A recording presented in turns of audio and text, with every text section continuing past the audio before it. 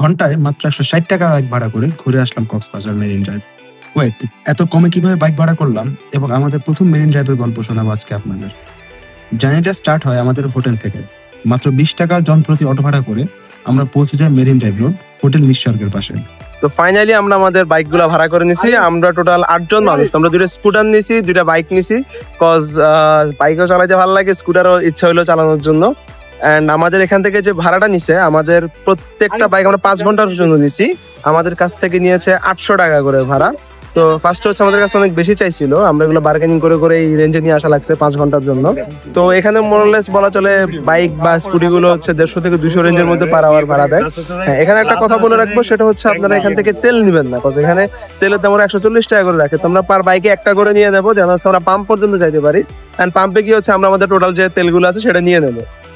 তো এখানে বাইক নেওয়ার সময় আপনাদের মাথায় যেটা রাখা লাগবে, সবকিছু আপনাদের ভেঙে কথা বলে নিতে হবে তাদের সাথে। যেমন আমরা কথা বলে নিচ্ছি, বাইকে যদি বডিতে কোনো প্রবলেম হয় আমরা বডির ভিডিও করে নিচ্ছি, আপনারা সবাই ভিডিও করে নেবেন বাইকের। তো সেটা ড্যামারেজটা আমরা বিয়ার করবো, বাট গাড়ি যদি কোনো ইঞ্জিন জনিত প্রবলেম হয় সেটা ডেফিনেটলি ওনাদের ফেস করা লাগবে। নীল জলরাশি আর পাহাড়ের সবুজ মায়া, কক্সবাজারের মেরিন ড্রাইভ যেন প্রকৃতির এক অপূর্ব সৃষ্টি। পৃথিবীর দীর্ঘতম সমুদ্র সৈকতের পাশে টানা ৮০ কিলোমিটার জুড়ে বিস্তৃত এই রাস্তা ভ্রমণ পিপাসুদের কাছে এক স্বপ্নের গন্তব্য। একদিকে বঙ্গোপসাগরের ঢেউ, অন্যদিকে পাহাড়।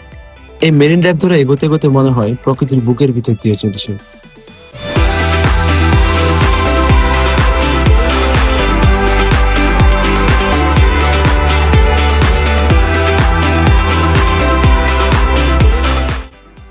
তো আমি এখন আছি বাংলাদেশের one of the most beautiful রাস্তা মেরিন ড্রাইভ কক্সবাজার। তো আমি বাংলাদেশের অনেকগুলো রাস্তাতে আসলে ড্রাইভ করছি, বাট মেরিন ড্রাইভ আমার ফার্স্ট টাইম ড্রাইভ করা হচ্ছে। এত বেশি জোস একটা জায়গা, এদিকে একদিকে আপনারা দেখতে পাচ্ছেন যে সমুদ্র আছে, এন্ড আমি যদি আর অপর সাইডে দেখাই, সেটা হচ্ছে এই যে এইদিকে পাহাড় আছে।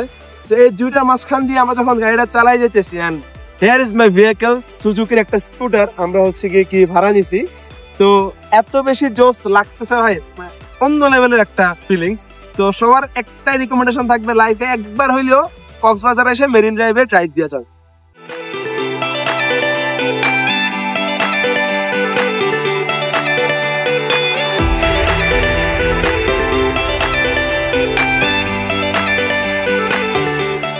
আমরা এখন আছি সাবরাং 0 পয়েন্টে। আমরা অ্যারাউন্ড 75 কিলোমিটার ড্রাইভ করে এখানে আসছি, এন্ড সবাই অনেক বেশি এক্সস্টেড। এন্ড ভাই, মেরিন ড্রাইভ এত মজার একটা জিনিস, আনবিলিভেবল। যারা এখনো পর্যন্ত বাংলাদেশে মেরিন ড্রাইভ দেন না, ভাই কক্সবাজার আসেন, বাইক ভাড়া নেন, মেরিন ড্রাইভ দেন, বেস্ট ফিলিংস পাবেন। এরপর আমি আমার বন্ধুর হাতে বাইকের চাবি ধরিয়ে দিয়ে পিছনের সিটে বসে মেরিন ড্রাইভের ভিউটা এনজয় করা স্টার্ট করলাম।